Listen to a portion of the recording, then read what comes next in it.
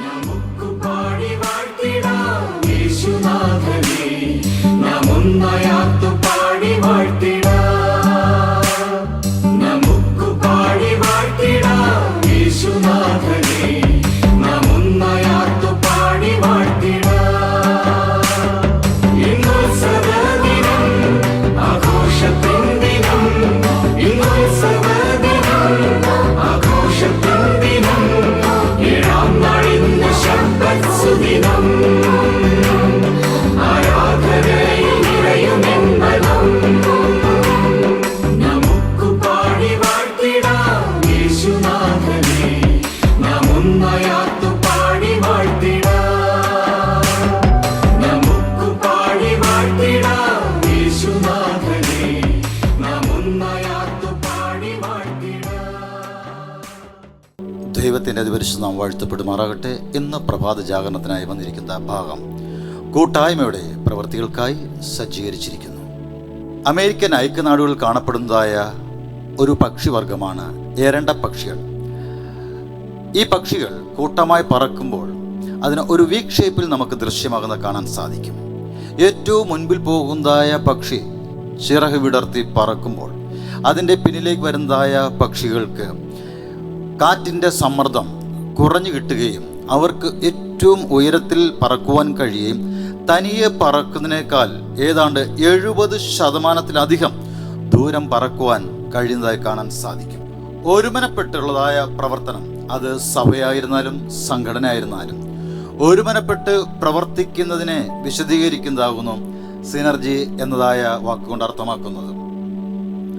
ദൈവത്തിൻ്റെ ജനം സ്നേഹത്തിൽ സത്യം സംസാരിച്ചുകൊണ്ട് ക്രിസ്തു എന്ന തലയോളം സകലത്തിലും വളരുവാൻ ഇടയാകും.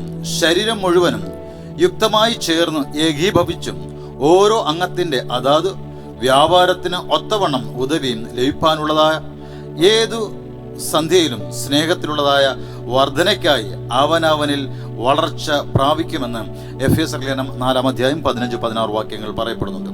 അപ്പോൾ സ്നേഹത്തിൽ ആ സത്യത്തിൻ്റെ ആത്മാവിനാൽ നാം ഒരുമനപ്പെട്ട് പരസ്പരം ആശയവിനിമയങ്ങൾ നടത്തിക്കൊണ്ട് തന്നെ സുവിശേഷ വേലയിൽ കൈകോർത്ത് നടക്കുന്നത് അത് ഏറ്റവും അനുഗ്രഹവും വിജയപ്രദമായി തീരുമെന്ന് ദൈവത്തിൻ്റെ വചനം പറയുന്നു.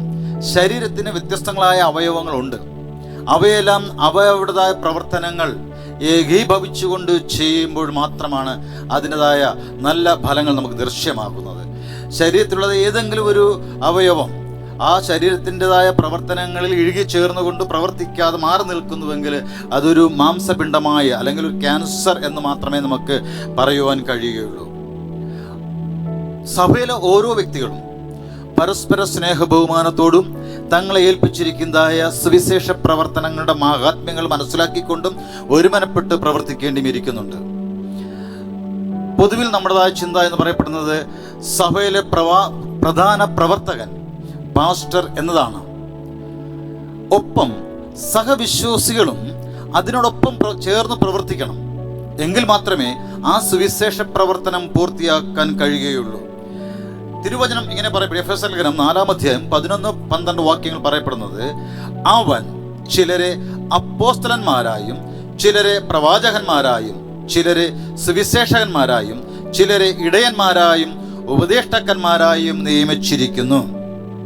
നമ്മുടെ സഭകളിൽ നമുക്കറിയാം, ഒരു വർഷം സുവിശേഷ പ്രവർത്തനങ്ങൾ ചെയ്യുവാൻ വേണ്ടി, പാസ്റ്ററിനോടൊപ്പം സഹായിക്കാൻ വേണ്ടി, സഹകരിച്ച് പ്രവർത്തിക്കുവാൻ വേണ്ടി ചർച്ച് എൽഡേഴ്സ്, ഡീക്കന്മാർ, ഡീക്കത്തിമാർ, ഇതുപോലെ ട്രഷേഴ്സ്, ശബത്ത് സ്കൂൾ ഡിപ്പാർട്ട്മെൻറ്റ് ഓരോരോ അംഗങ്ങളെ തിരഞ്ഞെടുത്ത് പ്രവർത്തനത്തിലേക്ക് കൊണ്ടുവരുന്നത്. ആ ഒരു വർഷം ദൈവത്തിൻ്റെതായ വയൽപ്രദേശ വേല സുഗമമായി ഒരുമനപ്പെട്ട് പ്രവർത്തിക്കുക. സഭയിൽ മാത്രമല്ല, സഭ ആയിരിക്കുന്നതായ ആ പ്രദേശങ്ങളിലും ആ സുവിശേഷ വേലയിൽ കൈകോർത്ത് നടക്കുക എന്നുള്ളത് തന്നെയാണ്. ദൈവം ഇന്ന് നിന്നെ, എന്നെ, നമ്മെ ഓരോരുത്തരെയും ഏത് സ്ഥാനത്തിലേക്കാകുന്നു വിളിച്ചിരിക്കുന്നെന്ന് ഒരുപക്ഷെ നമുക്ക് അറിയില്ലായിരിക്കാം. അറിവുണ്ടെങ്കിൽ അതിനൊപ്പം പ്രവർത്തിക്കുവാൻ നാം ഇറങ്ങിത്തിരിക്കുക. ആരുടെ മുഖം നോക്കാൻ പാടില്ല. ലെഫ്റ്റും റൈറ്റും നോക്കാതെ നേരെ കർത്താവിനെ മാത്രം നോക്കി ആ വിളിച്ച വിളിക്ക് യോഗ്യമാകുന്നതായ പ്രവൃത്തി ചെയ്യുന്നതായ നല്ല മക്കളായിരിക്കുവാൻ ഇറങ്ങിത്തിരിക്കുക. പുരോഹിതൻ ആയിരിക്കണമെന്നില്ല, പ്രവാചകനായിരിക്കണമെന്നില്ല, നിങ്ങൾക്ക് പ്രാർത്ഥനപരം ഉണ്ടാകണമെന്നില്ല, പാടുവാൻ കഴിവുണ്ടാകണമെന്നില്ല. ഇങ്ങനെ പ്രവർത്തിക്കുന്നതായ പ്രത്യേക വരങ്ങൾ താലന്തുള്ളതായ വ്യക്തികളൊപ്പം കൂടെ നടന്ന് അവർക്കൊരു സപ്പോർട്ടായി, ഒരു സഹായമായി നിൽക്കുവാനെങ്കിലും നമുക്ക് കഴിയുമെങ്കിൽ അത് സുവിശേഷ വേലയിൽ നാം ചെയ്യുന്നതായ വലിയ കാര്യം തന്നെയാണ്.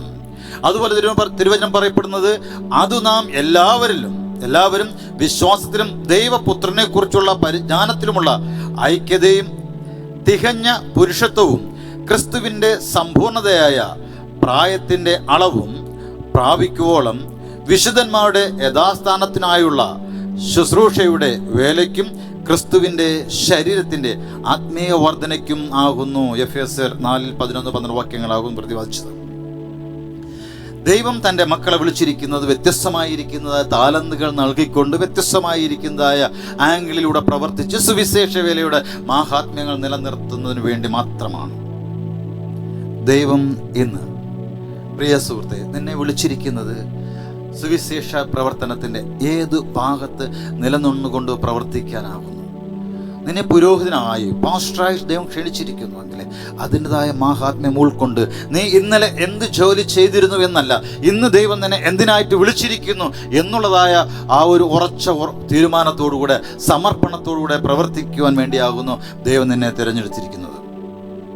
സഭയിലെ ഓരോ വ്യക്തികളും, സഭ എൽഡറിന് അതിൻ്റെതായ ഉത്തരവാദിത്വമുണ്ട്.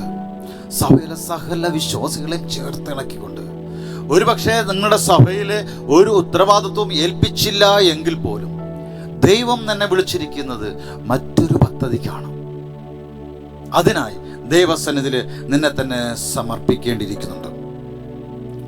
മോശ തനിയെ ഇസ്രായേലിന്റെ ന്യായ പരിപാലനം നടത്തിക്കൊണ്ടിരുന്നപ്പോൾ മോശയ്ക്ക് പല സന്ദർഭങ്ങളിലും അത് പൂർത്തീകരിക്കുവാൻ കഴിയാതെ വലിയൊരു നീണ്ട നിരയെ തന്നെ കാണുവാൻ കഴിഞ്ഞു. ഇത് കണ്ടു മനസ്സിലാക്കിയതായ തൻ്റെ അമ്മായപ്പനായ യിത്രോ മോശയോട് പറയുന്നൊരു കാര്യമുണ്ട്. നീ ഈ ജനങ്ങളെ വിളിച്ച് വേർതിരിച്ചിട്ട് 10 പേർക്ക് ഒരു അധിപതിയെ കണ്ടെത്തുക, 50 പേർക്ക് ഒരു അധിപതിയെ കണ്ടെത്തുക, 100 പേർക്ക് ഒരു അധിപതിയെ കണ്ടെത്തുക, 1000 പേർക്ക് ഒരു അധിപതിയെ കണ്ടെത്തുക. അപ്പോൾ ഈ വരുന്നതായ പ്രശ്നങ്ങൾ, 10 പേർക്കുള്ളതായ പ്രശ്നങ്ങളെ ആ 10 പേരുടെ അധിപതിക്ക് എന്ത് ചെയ്യുക, കൈകാര്യം ചെയ്യാൻ സാധിക്കും. ഇങ്ങനെ അധിപതിമാർക്ക് കൈകാര്യം ചെയ്ത് തീർക്കുവാൻ കഴിയാത്തതായ കാര്യങ്ങൾ നിന്റെ അടുക്കൽ വരിക. ഓക്കെ, പ്രവർത്തനങ്ങളെ എന്തുമാത്രം ലഘൂകരിച്ച് നയിക്കപ്പെടുന്നു മനസ്സിലാക്കാൻ സാധിക്കുന്നു. നാം ഓരോരുത്തരും ഒത്തൊരുമിച്ച് പ്രവർത്തിക്കുമ്പോൾ ദൈവത്തിൻ്റെ വയൽ പ്രദേശത്തിലെ വലിയ വേലക്കാരെ തീരാൻ സാധിക്കും. അന്ന് 5 താലന്ത് കിട്ടിയവൻ 5 കൂടെ നേടിയതുപോലെ ദൈവത്തിൻ്റെ സന്നിധിയിൽ വിശ്വസ്തരായിരിക്കുക. കൂട്ടായ്മയുടെ പ്രവർത്തികൾക്കായി ഒരുമിച്ച്, ആത്മീയ കൂട്ടായ്മയുടേതായ നല്ല പ്രവർത്തനങ്ങൾക്കായി ഒരുമിച്ച് പ്രവർത്തിക്കുവാൻ നമുക്ക് കൈകോർക്കാം. ദൈവം തൻ്റെ ആത്മാവിനാൽ നമ്മെ ഓരോരുത്തരെയും ശക്തീകരിച്ച് പരിപാലിക്കുമാറാവട്ടെ.